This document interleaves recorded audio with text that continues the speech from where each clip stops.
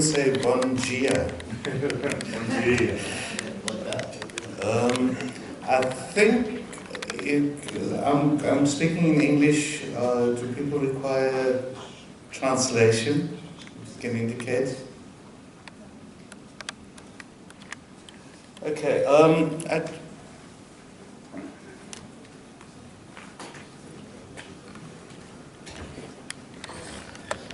I just want to start off by saying that I'm presenting, in effect, almost a case study of what happened in South Africa around the upgrading of informal settlements. And I think it's very important to start off with a disclaimer that says that we are very different to other countries, and other countries are very different to us. So the experiences of Angola with the civil war, the size of Brazil, the nature of what happens in Zimbabwe is all very different. So the point I want to make is it's a reflection on the South African reality, and I think you must take it as such. I think that's the first issue. I think the second issue is, and it's a second disclaimer, and that is if one looks at all the presentations so far today, I mean, they were quite rich. They deal in a lot of detail with some of the technical issues. And I think that what I'm going to say might not be new, but I might not avoid some of the political questions. I used to be a public servant, and now I'm self-unemployed. I think that I needed, and I had to change the way I wanted to talk to you. And I wanted to understand what the logic of this presentation is. I think the first issue, and it's something that we took for granted, and that is that we are saying that there are two very, very important issues, not only about local government and participation, but specifically the upgrading of informal areas. And we're saying that local government and its functions and its ability to manage must be taken care of. The second thing that we are saying is that if we want sustainability of whatever development, then the community voices must be heard. Okay, so we are in an area that, as my colleague just mentioned, not only of the institutional issues and administrative issues, but there are big political issues around it as well. But the point that I'm making is that if we are going to deal with sustainable urbanization, those are the two important issues. So, in this presentation, we make a case. We make a case for why upgrading of informal settlements should happen, and that means an understanding of urbanization and the role of cities. We've got to understand when we're dealing with human settlements that we have to deal with fiscal and funding limitations. That we thought it would be very, very important to make and remake the case for informal settlement upgrading. We need to repeat what that case is. We're also saying that for proper local governance and for proper participation by communities, there has to be national political support. There has to be a national political will around it. Okay? But that means we're not romantic about the weaknesses of local government. Neither are we romantic about the weaknesses of communities. And that's why we're saying there's an important role for support, that there's an important role for capacity building, and there's an important role for this kind of forum, particularly inter-African exchanges, so we can learn from each other. Now, the first issue is this million houses thing that I hear about all the time. Now, I think one of the first places to announce that they're going to build 1 million houses in 5 years was the South African government in its first democratic election. And what it said was, we are going to build 1 million houses in 5 years, that our backlog is 1.5 million, and that what we did, and now the numbers changed, according to the 2014 figures, we produced nearly 3 million subsidized housing units, what we call RDP units. There's only one slight problem with that, is that in 1994 our backlog was 1.5 million, it's now 2.3 million. So we're going backwards. Okay. There's two big issues, and some of the issues have come up earlier on. The first big issue is that urbanization is happening. That this world, I think 2 years ago, was now an urban world, and Africa is becoming an urban Africa. South Africa now is over 60% urbanized. And if I just look at the numbers for the big cities in Angola, a similar trend is beginning to exist. The other issue about urbanization is that your families are becoming smaller. And that what we're finding is that our household growth is much higher than our population growth.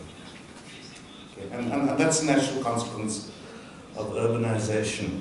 So I think it's very important for governments, people working within government, to understand that we do have an urbanizing world, and that has very important consequences. The second issue, which relates again to the issue of how many houses you can build. And I've just shown some numbers that in 11 years from 1994, we spent about $3 billion and we produced 1.62 million service sites or units. In 5 years after that, we spent 3.5 billion and we produced 1.21 million units. In the 4 years after that, we spent $4.2 million and we produced 700,000 units. So there's cost escalation. We've also decided to increase the size of the house. Okay, so that means the subsidy increases. We've got problems about suitable land.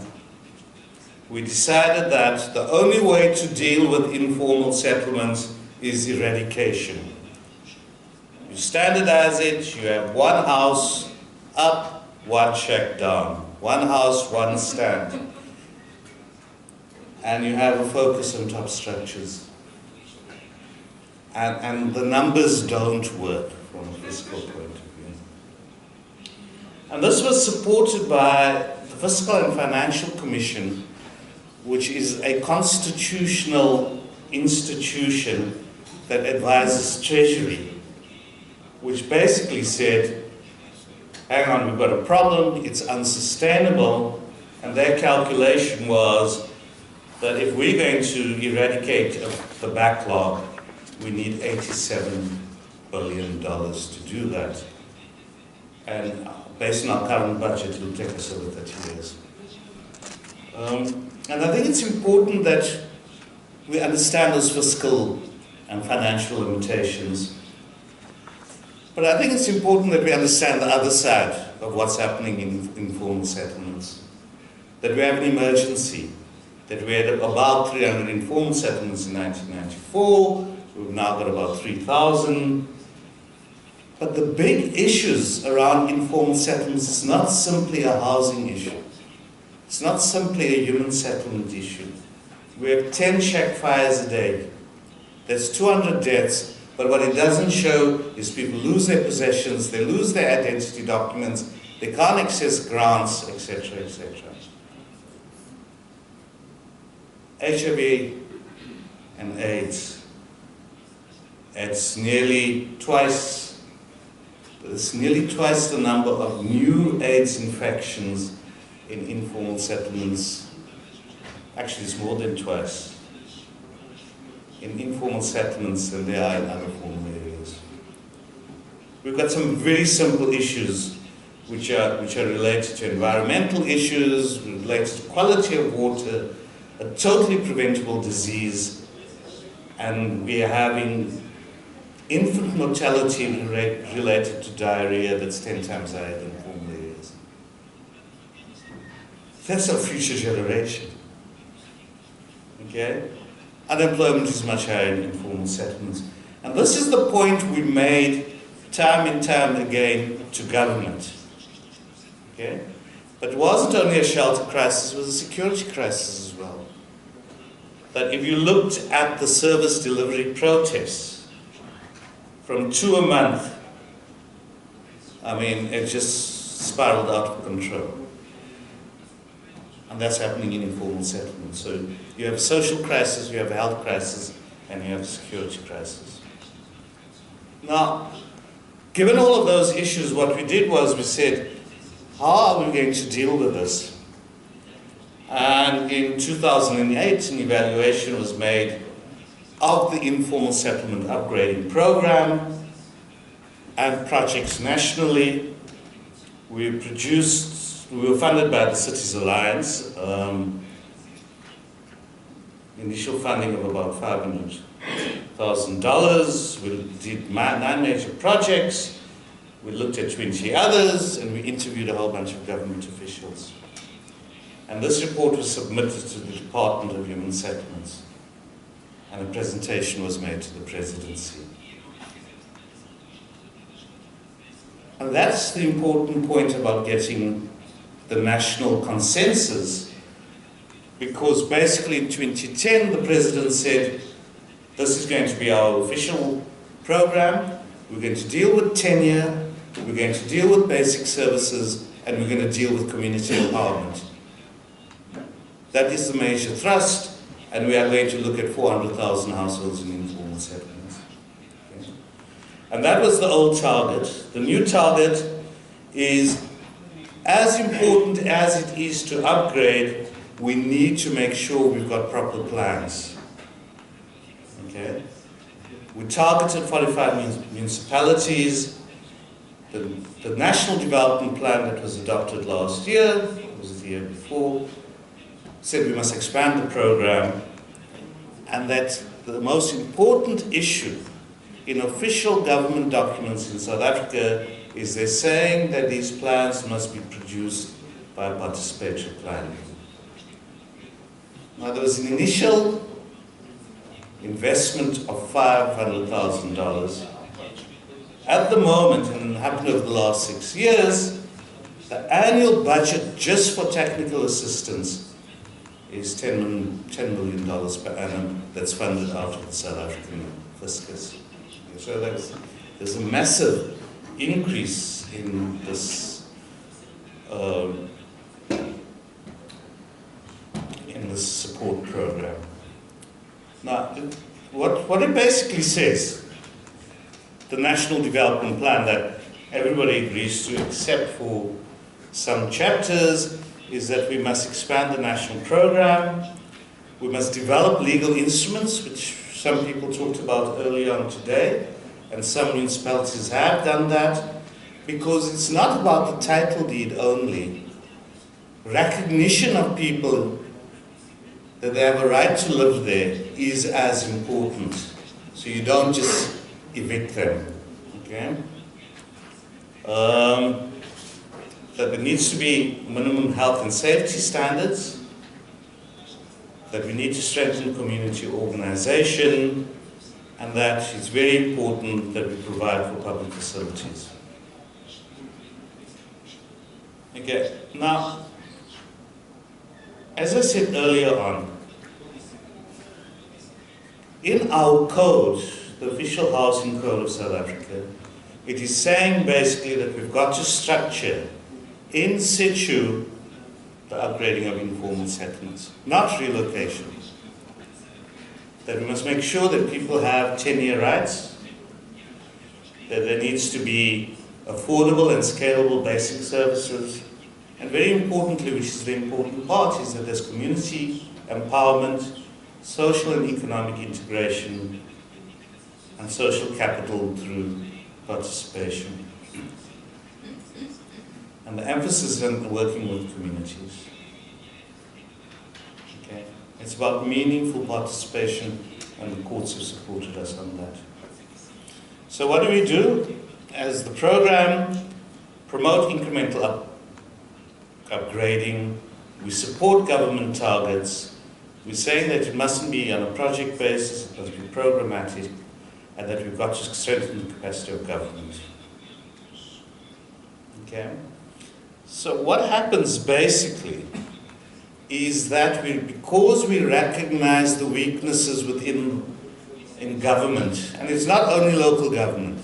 I know some provincial governments that are quite terrible. So provision of technical assistance are provided to province and municipalities for the development and implementation of upgrading programs and projects. There's a clear capacity building program for everybody, communities, practitioners, councillors, community members. And we're saying that we must have support and we must share information so that we learn from each other. Okay.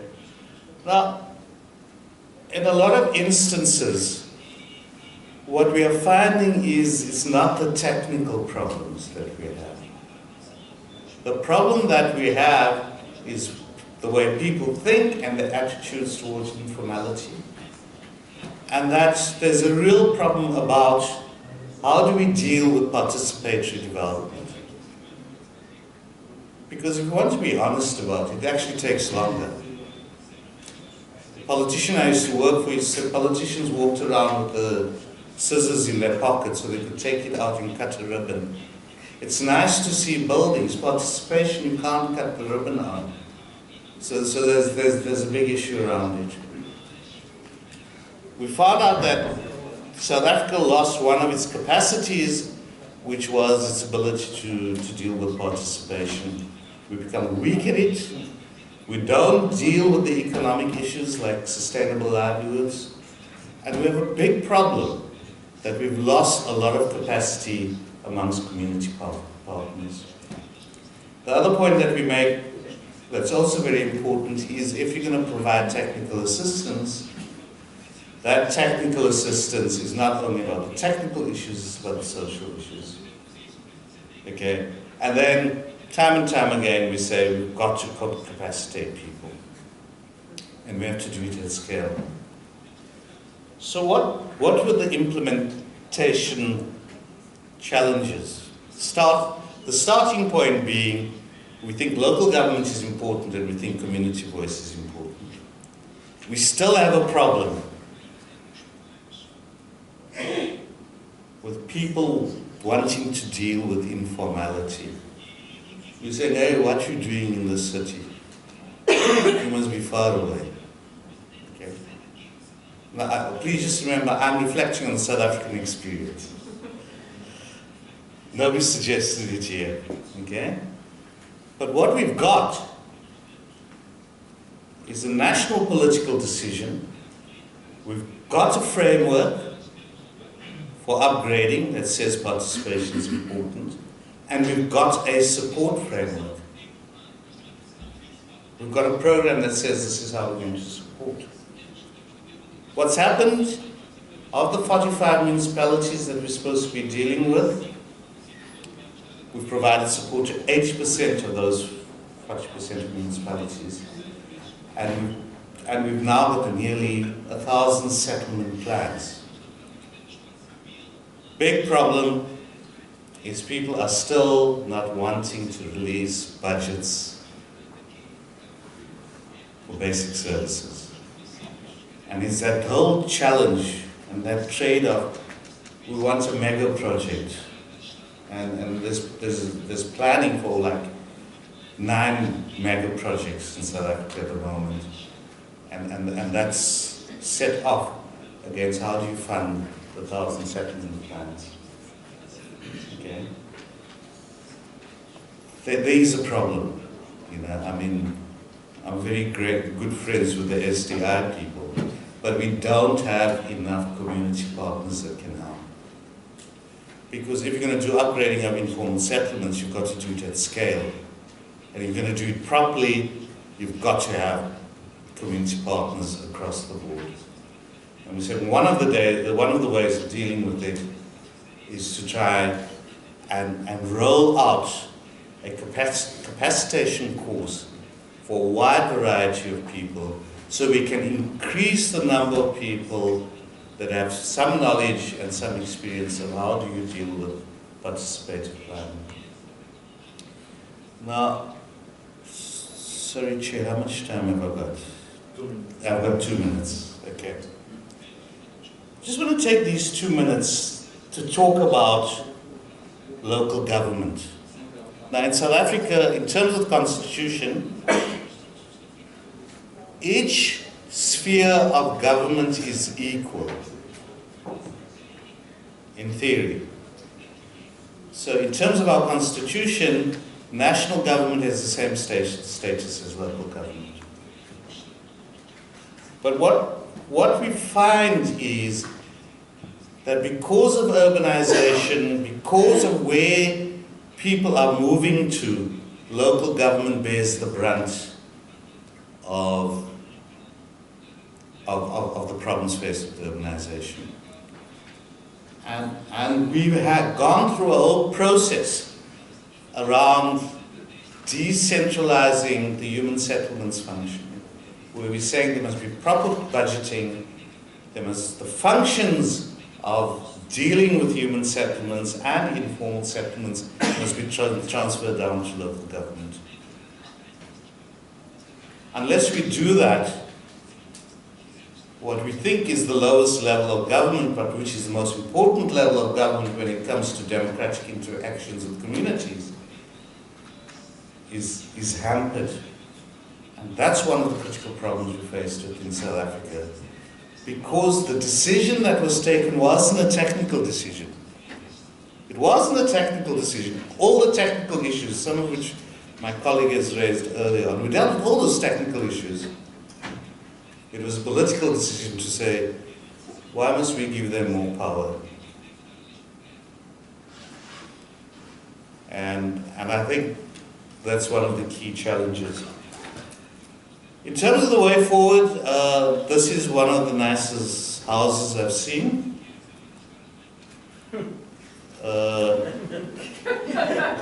Someone took all our sides and built a nice house. So that's the way forward. Thank you very much.